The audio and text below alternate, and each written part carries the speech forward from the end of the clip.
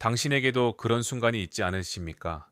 몹시 힘들었던 어느 날, 어딘가에 무언가를 적었거나, 무언가를 만들었거나, 무언가를 불렀던 적이 설명하기 어려운 순간입니다. 고통이 고통으로만 끝나지 않은 무언가로 바뀌어 나온 그 순간. 심리학은 이 현상에 이름을 붙였습니다. 승화, 그리고 성경에는 이 패턴이 가장 깊이 기록된 인물이 있습니다. 다윗, 시편 21편, 시편 51편. 오늘은 그 이야기를 합니다. 승화는 고통을 억누르는 것이 아닙니다. 억압은 고통을 땅속에 묻습니다. 투사는 고통을 남에게 던집니다. 합리화는 고통이 없었다고 이야기를 바꿉니다. 승화는 고통을 다른 형태의 에너지로 전환합니다. 승화는 수용하기 어려운 충동이나 고통스러운 감정을 사회적으로 가치 있는 행동이나 창조적 산물로 전환하는 방어 기제입니다. 프로이트가 처음 개념화했고 조지 베일레언트의 방어 기제 위계 연구가 이를 성숙한 방어 기제어로 정의했습니다. 방어 기제에는 위계가 있습니다. 미성숙한 방어 기제는 고통으로부터 도망칩니다. 현실을 왜곡하거나 타인을 이용하거나 자신을 부정합니다. 그런데 승화는 결정적으로 다릅니다. 미성숙한 방어는 현실을 왜곡합니다. 억압은 일어난 일을 없었던 것처럼 만들고, 투사는 내 안의 것을 밖에 있는 것처럼 만들고, 합리화는 내가 한 행동을 다른 의미로 바꿉니다. 승화는 현실을 그대로 유지합니다. 고통이 있었다는 사실을 부정하지 않습니다.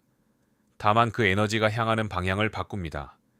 심리학은 이것을 현실 검증력의 보존이라고 부릅니다.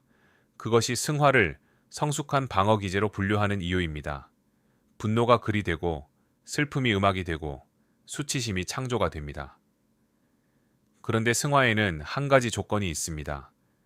승화는 고통을 외면하지 않습니다. 고통을 먼저 직면한 사람이 그것을 다른 형태로 전환할 수 있습니다. 도망치는 사람은 승화하지 못합니다. 그 패턴이 가장 집약적으로 담긴 성경 인물이 있습니다. 이제 성경으로 들어갑니다. 다윗의 일생은 단순히 위인의 이야기가 아닙니다. 목동이었고, 도망자였고, 왕이었고, 죄인이었고, 참회자였습니다. 그리고 무엇보다 수금을 연주하는 음악가였고, 시인이었습니다. 성경은 다윗을 이스라엘의 노래 잘하는 자라고 부릅니다. 그는 왕이 되기 전부터 창조하는 사람이었습니다. 고통이 올 때마다 그 창조의 본능이 작동했습니다. 시편 22편. 내 하나님이여, 내 하나님이여, 어찌 나를 버리셨나이까. 다윗이 사울에게 쫓기던 시절 혹은 고난의 극점에서 쓴 시로 해석됩니다. 하나님이 침묵한다고 느끼는 그 자리에서 다윗은 도망치지 않습니다. 그 고통을 언어로 붙잡습니다. 시편 51편. 하나님이여, 주의 인자를 따라 나를 긍휼히 여기시며 주의 많은 자비를 따라 내 죄악을 지워 주소서. 밧세바 사건 이후 나단 선지자의 지적 앞에서 다윗이 썼습니다.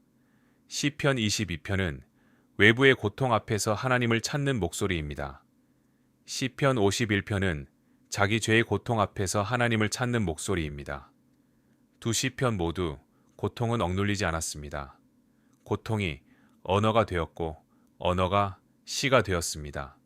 심리학은 이 지점에서 멈춥니다. 승화는 순간적으로 일어나지 않습니다. 그것은 단계적으로 일어납니다. 첫째, 고통을 외면하지 않습니다. 내 하나님이여, 내 하나님이여, 어찌 나를 버리셨나이까? 나는 벌레요 사람이 아니라. 다윗은 고통을 작다고 말하지 않습니다. 괜찮다고도 말하지 않습니다. 고통을 있는 그대로 언어로 붙잡습니다. 심리학은 이것을 감정의 언어화라고 부릅니다. 이름 붙이기 전의 고통은 안개와 같습니다. 안개는 어디서 시작되고 어디서 끝나는지 알 수 없습니다. 윤곽이 없기 때문에 다룰 수 없습니다.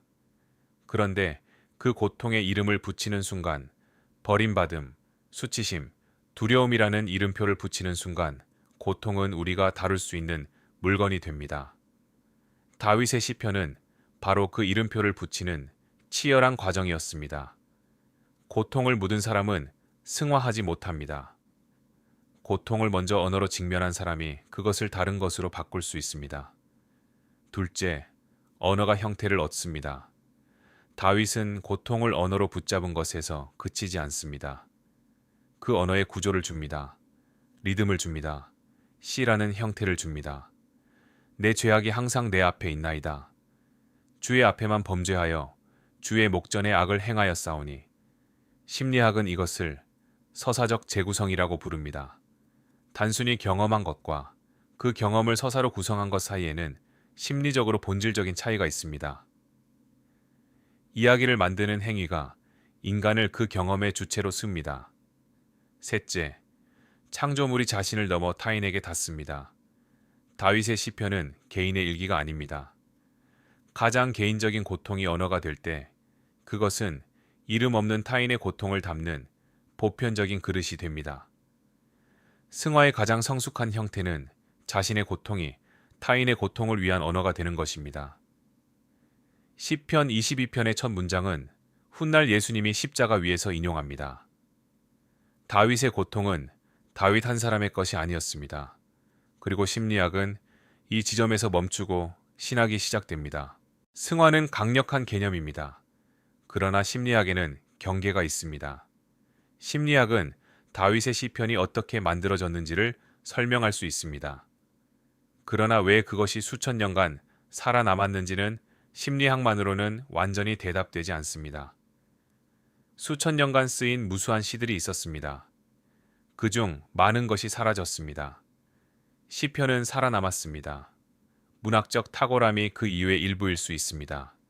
그러나 그것만으로는 설명되지 않는 무언가가 있습니다. 수천 년간 전쟁터에서, 감옥에서, 병상에서 이름도 없는 사람들이 시편을 꺼내 읽었습니다. 그들은 다윗을 몰랐습니다. 그런데 다윗의 언어가 그들의 언어가 되었습니다. 신학은 이것을 영감으로 설명합니다. 다윗의 고백은 하나님의 영으로 기록되었다. 심리학은 이 영역을 측정할 도구가 없습니다. 그 겸손함이 심리학을 더 정직하게 만듭니다. 심리학적 분석이 시편의 신학적 가치를 낮추지 않습니다. 심리 패턴을 관찰하는 것과 신학적 사실을 신뢰하는 것은 별개의 층위에서 일어나는 일입니다. 승화는 누구에게나 가능합니까? 네, 가능합니다. 그러나 조건이 있습니다. 고통으로부터 충분히 안전한 거리를 확보한 사람, 혹은 그 고통을 함께 감당해 줄 관계가 있는 사람, 그리고 고통을 외면하지 않을 용기가 있는 사람이 승화할 수 있습니다. 다윗에게 그 조건은 무엇이었습니까? 시편 전체가 향하는 방향이 그 답입니다. 고통을 창조로 바꾸는 것이 가능합니까? 심리학은 말합니다. 가능합니다. 그러나 그것은 고통을 없애는 것이 아닙니다. 다윗은 이 네 단계를 걸었습니다. 1단계, 직면, 고통의 이름을 부릅니다. 어찌 나를 버리셨나이까? 2단계, 언어화, 고통의 구조와 리듬을 줍니다. 시의 형태. 3단계, 전환, 파괴적 에너지를 창조적 산물로 바꿉니다. 시편이라는 노래. 4단계, 공유, 나의 노래가 타인의 기도가 됩니다. 공동체의 예배, 그리고 수천 년. 심리학이 말하고 성경도 말합니다. 고통은 사라지지 않습니다. 그러나 고통이 무엇이 되느냐는 그 사람의 선택에 달려 있습니다. 다윗은 도망치는 대신 글을 썼습니다. 억압하는 대신 고백했습니다. 합리화하는 대신 직면했습니다. 그리고 그 글들이 살아남았습니다. 지금 당신에게도 아직 형태를 얻지 못한 고통이 있습니까? 거창한 시가 아니어도 괜찮습니다. 오늘 당신을 무겁게 짓누른 것을 마음의 일기장 한 구석에 딱 한 문장으로 적어 보십시오.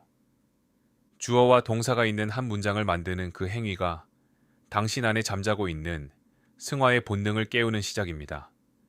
그것이 무엇이 될지는 아직 아무도 모릅니다. 심리학 바이블은 계속됩니다.